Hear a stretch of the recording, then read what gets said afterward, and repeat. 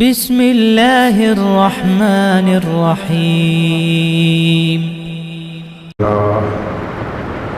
نحمده ونستعينه ونستغفره ونعوذ بالله من شرور أنفسنا ومن سيئات أعمالنا.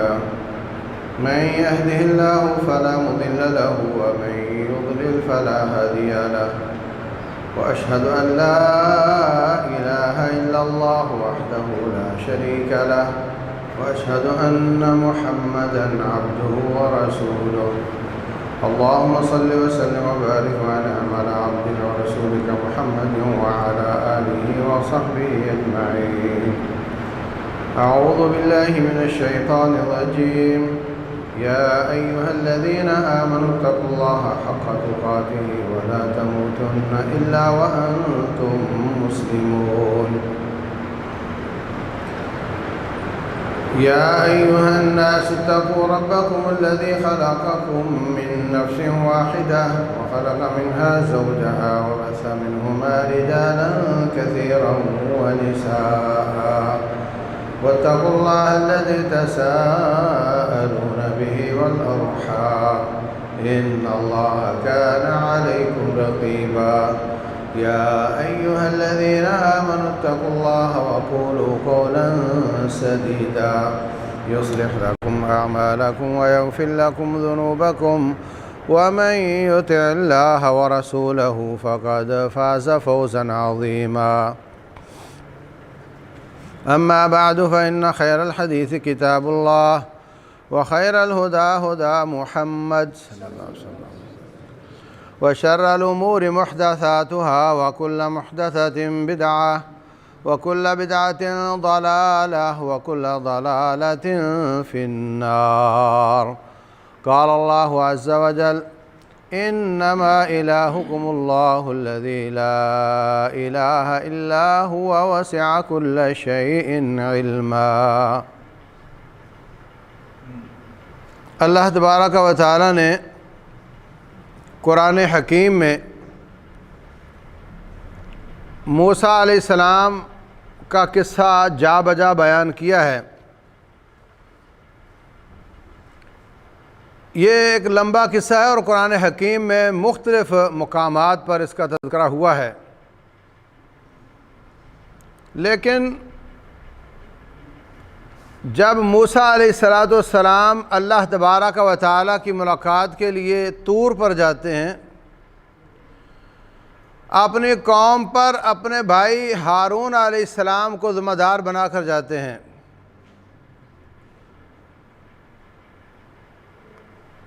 جب وہاں سے واپس آتے ہیں تو قوم کے اکثر لوگ بچھڑے کی عبادت شروع کر دیتے ہیں.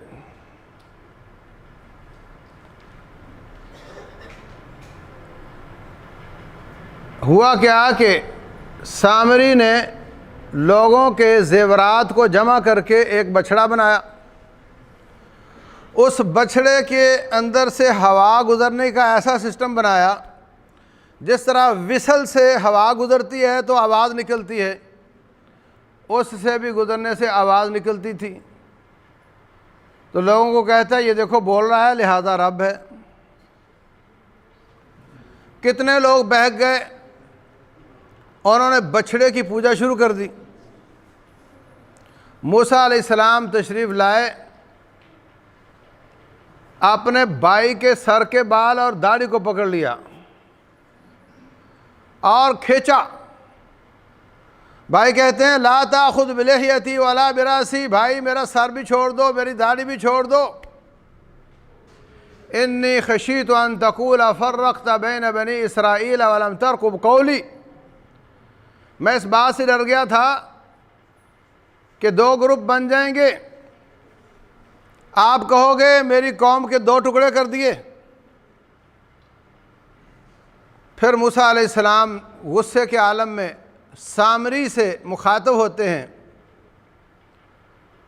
اور اس کو فرماتے ہیں ان لک فی الحیات ان تقول لا مساس، تیری سزا یہ ہے کہ جب تک تو زندہ ہے کسی کو تو نہ چھو سکے گا اور نہ تجھے کوئی چھو سکے گا.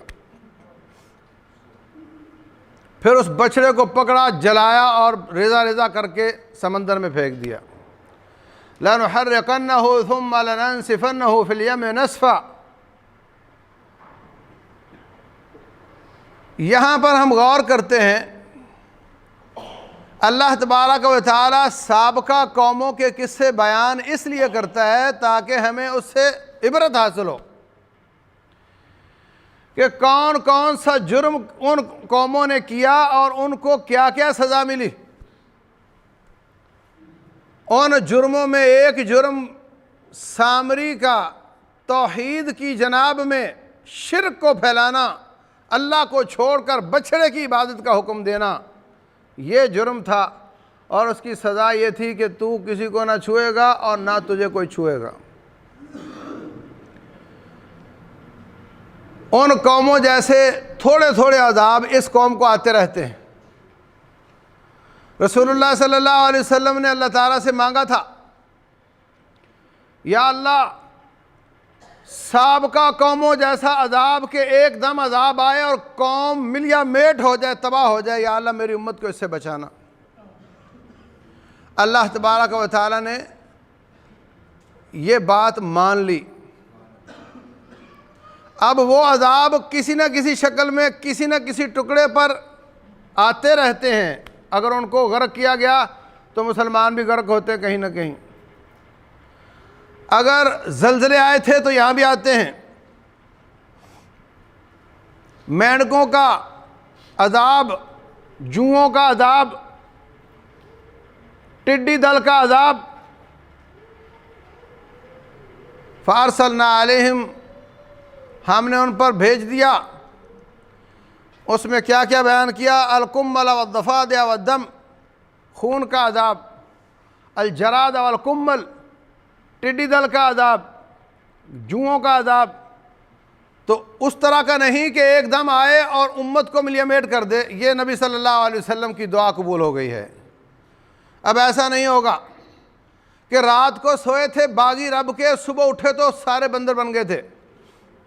اب ایسا نہیں ہوگا، لیکن کچھ ضرور ہوگا۔ ساری قوم، ساری امت ملیا میٹ نہیں ہوگی، مگر کسی کی نہ کسی پر کچھ نہ کچھ عذاب آتے رہیں گے۔ تو آج قوم پر ٹڈی دل کا عذاب ہے، سب پر نہیں، کچھ علاقوں پر ہے۔ آج قوم پر یہ عذاب بھی ہے کہ کسی کو مت چھوؤ، کوئی سلام نہ کرے، ہاتھ نہ لگاؤ۔ یہ بھی اس عذاب کا ایک چھوٹا سا حصہ ہے، اور اس کی وجہ اللہ تبارک و تعالیٰ کی توحید کی نفی اور شرک کو پھیلانا ہے۔ آج اس قوم میں اللہ تبارک و تعالیٰ کی توحید، اس کی دعوت اجنبی بن چکی ہے، شرک عام ہو چکا ہے۔ جگہ جگہ پر رب کے مقابلے میں معبودان باطلہ کی عبادت کی جا رہی ہے۔ مسلمان تھوڑے ہیں، کافر زیادہ ہیں، اور وہ سب کے سب مشرک ہیں، کافر ہیں، اللہ کی بغاوت کرتے ہیں۔ اور مسلمانوں کی میجورٹی بھی کلمہ پڑھنے کے باوجود اللہ تعالیٰ کے ساتھ شرک کرتی ہے۔ وَمَا يُؤْمِنُ أَكْثَرُهُمْ بِاللَّهِ إِلَّا وَهُمْ مُشْرِكُونَ، ایمان بھی لاتے ہیں، شرک بھی کرتے ہیں۔ تو شرک کی اس عظیم بیماری، ان شرک لظلم عظیم، یہ بہت بڑا ظلم ہے۔ اس کی سزاؤں میں سے ایک سزا یہ ہے کہ ایسی بیماری، ایسی وبا آئے کہ تم کہو کہ دور رہو، میرے قریب نہ ہو۔ اور آپ کہو گے ہم تو توحید والے تھے، ہمارے پر کیا ہوا؟ رسول اللہ صلی اللہ علیہ وسلم سے عائشہ صدیقہ پوچھتی ہیں، انہلک وفینا صالحون، اے اللہ کے رسول ہمیں ہلاک کر دیا جائے گا حالانکہ ہمارے اندر نیک لوگ بھی ہوں گے؟ فرمایا نعم اذا کثر الخبث، جب خباثت زیادہ ہو جاتی ہے تو پھر اللہ تبارک و تعالیٰ اس کو سب کو ہی لے جاتا ہے، سب پر عذاب آ جاتا ہے۔ ثم یبعثون علی نیاتہم، پھر وہ اپنی نیتوں پر ان کو اٹھایا جائے گا۔ جو توحید پر ہوگا اس کو اس کا فائدہ دیا جائے گا، جو شرک پر ہوگا اس کو اس کی سزا دی جائے گی، لیکن دنیا میں سب کو سزا اور سب پر عذاب آ جاتا ہے۔ آپ دیکھتے نہیں کہ کسی کی ٹانگ، کسی کے بازو پر کوئی پریشانی ہے، اللہ محفوظ رکھے، ڈاکٹر کہہ دیتا ساری کاٹ دو، ساری خراب نہیں ہوتی، وہ ساری کاٹ دینے کا بول دیتا ہے، تو اچھی بھی ساتھ ہی کٹ جاتی ہے۔ تو عزیز بھائیوں، اللہ تبارک و تعالیٰ کا اپنی مخلوق پر سب سے بڑا حق یہ ہے کہ اس کو ایک مانا جائے، اللہ الصمد، وہ بے نیاز ہے، وہ ایک ہے، لم یلد ولم یولد، نہ اس کا کوئی جننے والا، نہ اس نے کسی کو جنا، ولم یکن لہ کفو، اس کا کوئی ہمسر نہیں، اس کے برابر کوئی نہیں، نہ اس سے اوپر کوئی ہے، نہ اس کے کوئی برابر ہے۔ ساری کائنات، انبیاء، اولیاء، اتقیاء، صلحاء، شہداء، سب مخلوق ہیں اور وہ اکیلا خالق ہے۔ انما الہکم اللہ الذی لا الہ الا ہو وسع کل شیء علما، وہ ایک ہے، اس کا کوئی شریک نہیں ہے، اور جو شخص اس کے برابر کسی کو سمجھتا ہے یا اس سے بڑا کسی کو سمجھتا ہے، وہ اتنا بڑا ظلم کرتا ہے کہ کائنات میں اس سے بڑا ظلم ہے کوئی نہیں، بہت بڑا ظلم ہے، اللہ اس پر بہت ناراض ہوتا ہے۔ تکاد السماوات یتفطرن من فوقہن، قریب ہے کہ آسمان پھٹ جائے، پہاڑ گر جائیں، وتخر الجبال ہدا ان دعوا للرحمن ولدا، کہ جو لوگ کہتے ہیں کہ اللہ کی اولاد ہے، اس جملے سے قریب ہے کہ آسمان پھٹ جائے اور پہاڑ گر جائیں، اتنا بڑا جملہ ہے۔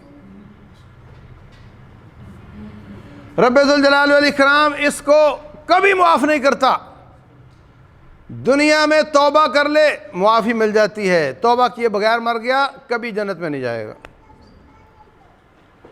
رسول اللہ صلی اللہ علیہ وسلم فرماتے ہیں، اللہ تعالیٰ کا فرمان ہے قیامت والے دن اللہ لوگوں سے پوچھے گا، مشرک سے پوچھے گا، سنا اگر ساری کائنات کی دولت دے دی جائے اور کہا جائے کہ یہ فدیہ دے دو تو تجھے جہنم سے بچایا جا سکتا ہے، تو کیا سب کچھ دے دو گے؟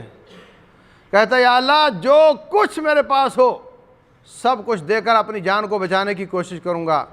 اللہ فرمائے گا آج تو کچھ کسی چیز کا مالک نہیں اور تو سب کچھ دینے کے لیے تیار ہے، دنیا میں نے خالی تجھے اتنا کہا تھا کہ میرے برابر کسی کو نہ سمجھنا، اور تو باز نہیں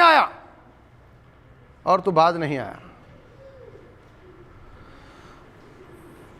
حدیث قدسی ہے، رسول اللہ صلی اللہ علیہ وسلم فرماتے ہیں یا ابن آدم، اے آدم زادے، انکا لو اتیتنی بقراب الارض خطایا ثم لقیتنی لا تشرک بی شیئا، اگر تو میرے پاس آئے ساری کائنات تیرے گناہوں سے بھر چکی ہو، ساری زمین تیرے گناہوں سے بھر چکی ہو، مگر ایک جرم اس میں شامل نہ ہو کہ تو نے میرے برابر کسی کو سمجھا تھا، لَأَتَيْتُكَ بِقُرَابِهَا مَغْفِرَةً، میں اتنی ہی بخشش دے کر تجھے معاف کر کے جنت کا وارث بنا دوں گا۔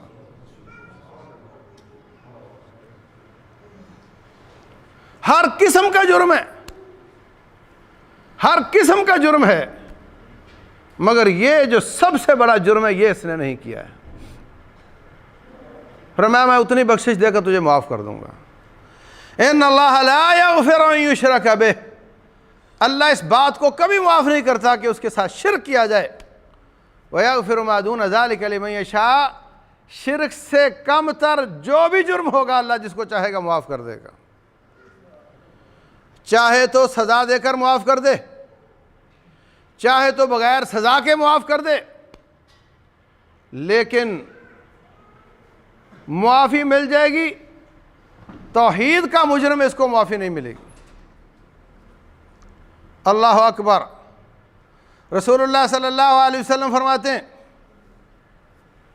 قیامت والے دن ایک شخص کو لایا جائے گا، اس کے 99 رجسٹر گناہوں سے بھرے ہوں گے، اور ہر رجسٹر اتنا لمبا جہاں تک نظر جاتی ہے۔ اللہ فرمائے گا میرے لکھنے والوں نے زیادتی تو نہیں کی؟ وہ کہے گا یا اللہ نہیں، جو کچھ یہ لکھا ہے میں نے کیا ہے، یہ سب میں نے کیا ہوا ہے۔ اللہ فرمائے گا فرشتوں تلاش کرو، شاید کوئی نیکی مل جائے۔ تلاش کیا جائے گا، ایک کارڈ ملے گا، کارڈ بطاقہ، اس پر لکھا ہوگا لا الہ الا اللہ۔ یہ کلمہ لا الہ الا اللہ پڑھا کرتا تھا، اپنے قول اور عمل کے ساتھ اپنے کلمہ لا الہ الا اللہ کی نفی نہیں کرتا تھا، اللہ کے برابر کسی کو نہیں مانتا تھا۔ ہر قسم کا جرم اس کے کھاتے میں ہے، 99 رجسٹر، تا حد نگاہ ایک ایک رجسٹر، مگر یہ توحید والا تھا، شرک نہیں کرتا تھا۔ رسول اللہ صلی اللہ علیہ وسلم فرماتے ہیں وہ ایک کارڈ، لا الہ الا اللہ والا کارڈ، ترازو کے ایک پلڑے میں رکھا جائے گا اور 99 گناہوں کے رجسٹر دوسرے پلڑے میں رکھے جائیں گے۔ مالت بہن لا الہ الا اللہ، لا الہ الا اللہ والا پلڑا نیچے چلا جائے گا، گناہوں کا پلڑا اوپر اٹھ جائے گا، اللہ تعالیٰ اس کی جنت کا فیصلہ فرما دے گا۔ اتنا عظیم جملہ ہے لا الہ الا اللہ، اس قدر عظیم اہمیت ہے لا الہ الا اللہ کی، اس قدر عظیم اہمیت ہے توحید کی کہ اللہ کے سوا کوئی نہیں۔ توحید کا معنی واحد سمجھنا، ایک سمجھنا، اس جیسا کوئی نہیں۔ آج ہمارے معاشرے میں موسیقی کا رواج ہے، لوگ گانے سنتے ہیں، گانے میں کیا ہوتا ہے؟ بدکاری کی دعوت ہوتی ہے۔ ایک جملے میں اگر بیان کیا جائے تو بدکاری کی دعوت ہوتی ہے۔ بدکاری ایک جرم ہے، گناہ ہے، کبیرہ گناہ ہے۔ وَلَا تَقْرَبُوا الزِّنَا، بدکاری کے قریب نہ جاؤ۔ گانا سننا بدکاری کے قریب جانا ہے۔ جب ہم کہتے ہیں گاڑی میں بیٹھے جناب گانے بند کر دو تو کہتا اچھا آپ بیٹھے ہوئے تھے، تو پھر وہ قوالی لگا دیتا ہے، اور قوالی اللہ تبارک و تعالیٰ کے ساتھ شرک سکھاتی ہے، توحید کی نفی کرتی ہے۔ لوگ سمجھتے ہیں قوالی ثواب اور گانے گناہ ہیں۔ حقیقت یہ ہے کہ 1,00,000 گانا ایک پلڑے میں رکھا جائے تو ایک قوالی کافی ہے دوسرے پلڑے میں، کیونکہ یہ عملی گناہوں کی طرف بلاتے ہیں اور قوالی عقیدے کی بربادی کی طرف بلاتی ہے، شرک کی طرف بلاتی ہے، رب ذوالجلال کی گستاخی کی طرف بلاتی ہے، اور لوگ سمجھتے ہیں کہ یہ ثواب کا کام ہے۔ لا الہ الا اللہ، اللہ کے سوا کوئی عبادت کے لائق نہیں ہے۔ لوگ دعوے بہت کرتے ہیں کہ میں بھی عبادت کے لائق ہوں، کوئی سچا نہیں، سب جھوٹے ہیں۔ کئی ایسے ہیں جن کے بارے میں لوگ دعوے کرتے ہیں، انہوں نے خود دعویٰ نہیں کیا۔ حضرت علی رضی اللہ عنہ کو لوگ رب مانتے ہیں، ان کو اللہ مانتے ہیں، ان کی بندگی کرتے ہیں، انہوں نے نہیں کہا کہ میری بندگی کرو۔ اللہ تبارک و تعالیٰ کے مقابلے میں حضرت عیسیٰ کو بیٹا مانا جاتا ہے، نعوذ باللہ، انہوں نے نہیں کہا مجھے بیٹا مانو۔ اذ قال اللہ یا عیسیٰ ابن مریم، لوگوں نے ان کو رب کا شریک بنایا ہے، انہوں نے نہیں کہا، اس کے باوجود ان کی وجہ سے ان کو کٹہرے میں کھڑا کیا جائے گا۔ ادھر آؤ، اَأَنْتَ قُلْتَ لِلنَّاسِ اتَّخِذُونِي وَأُمِّيَ إِلَٰهَيْنِ مِن دُونِ اللَّهِ، عیسیٰ آپ نے کہا تھا کہ مجھے اور میری ماں کو رب کے مقابلے میں معبود بنا لینا۔ کب کپاتے تھر تھراتے عیسیٰ علیہ السلام فرمائیں گے سبحانک ما قلت لهم الا ما امرتنی به ان اعبدوا اللہ، میں نے تو ان کو وہی کہا تھا جو آپ نے مجھے فرمایا تھا کہ ایک رب کی عبادت کرو۔ وَكُنْتُ عَلَيْهِمْ شَهِيدًا مَا دُمْتُ فِيهِمْ، یا اللہ جب تک میں زندہ تھا اس کی میں نگرانی کرتا رہا، فلما توفیتنی کنت انت الرقیب علیہم، جب تو نے مجھے بلا لیا پھر تو ہے، تیری مخلوق ہے، تو جان تیری مخلوق جانے، میں ان کو بالکل یہ کہنے والا نہیں کہ مجھے اپنے رب کے مقابلے میں معبود بنا لو۔ عبد القادر جیلانی رحمہ اللہ کو معبود بنایا جاتا ہے، اللہ کے سوا ان سے مدد مانگی جاتی ہے، انہوں نے کبھی نہیں کہا کہ مجھے اللہ کے مقابلے میں معبود بنا لو۔ اللہ والے حقوق، اللہ والی صلاحیتیں، اللہ والے اختیارات ان کو دیے جاتے ہیں۔ کہا اللہ کا فرشتہ آیا، لوگوں کی روحیں قبض کر کے لے گیا، ہمارے پیرانے پیر نے ہاتھ مارا، ساری تھیلی چھین لی، الٹی کی تو سارے لوگ زندہ کر دیے، نعوذ باللہ۔ رسول اللہ صلی اللہ علیہ وسلم کا اپنا بیٹا ہاتھوں میں ہچکیاں لے رہا ہے، روح پرواز کر رہی ہے، اپنا بیٹا ہے، آنکھوں سے آنسو کی برسات جاری ہے، کیا فرماتے ہیں؟ العین تدمع القلب یحزن، دل بڑا غمگین ہے، والعین تدمع، آنکھ آنسو بہا رہی ہے، ولا نقول الا ما یرضی ربنا، مگر ہم زبان سے ایسا جملہ نہیں بولیں گے مگر جس سے اللہ راضی ہو۔ انا بفراقک یا ابراہیم لمحزونون، بیٹا ابراہیم تیرے جانے سے تیرے بابا کا دل بہت غمگین ہے۔ یہ تو نہیں کہا کہ تم کون ہوتے ہو میرے بچے کی روح نکالنے والے، نہ صحابی ہیں نہ تابعی ہیں، بعد کے آدمی ہیں، ان کو اٹھا کر کے رب کا مرتبہ دے دیا، جو کام نبی صلی اللہ علیہ وسلم نہیں کرتے وہ ان کو اس کے سپرد کر دیے۔ یہ مصیبت ہے ہمارے معاشرے کی، اور افسوس یہ ہے کہ لوگ اس پر کانشس نہیں، اس کو محسوس نہیں کرتے، حالانکہ یہ سب سے بڑا جرم ہے، سب سے بڑا جرم ہے۔ اور یاد رکھو، اگر مخلوق رب کے حقوق پورے کرے تو رب ذوالجلال ان کے حقوق پورے کر دے گا۔ حضرت معاذ بن جبل رضی اللہ تعالیٰ عنہ سے پوچھا، معاذ جانتے ہو بندوں پر رب کا حق کیا ہے اور اللہ پر بندوں کا حق کیا ہے؟ کہنے لگے اللہ اس کے رسول کو زیادہ علم ہے۔ فرمایا بندوں پر رب کا حق یہ ہے، بندوں پر رب کا حق یہ ہے ان یعبدوہ ولا یشرکوا بہ شیئا، اکیلے کی عبادت کریں، اس کے برابر کسی کو نہ سمجھیں۔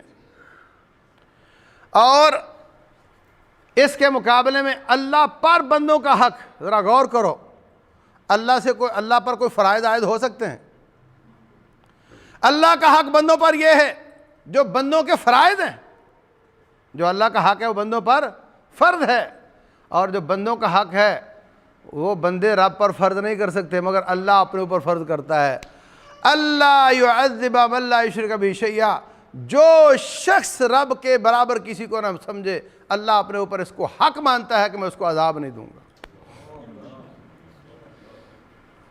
لیکن نہیں دوں گا کا دو مطلب ہیں، یا تو رب ذوالجلال اس کو آگ میں ڈالے گا ہی نہیں، یا یہ کہ اس کو سزا دے کر پاک کر کے جنت دے دے گا۔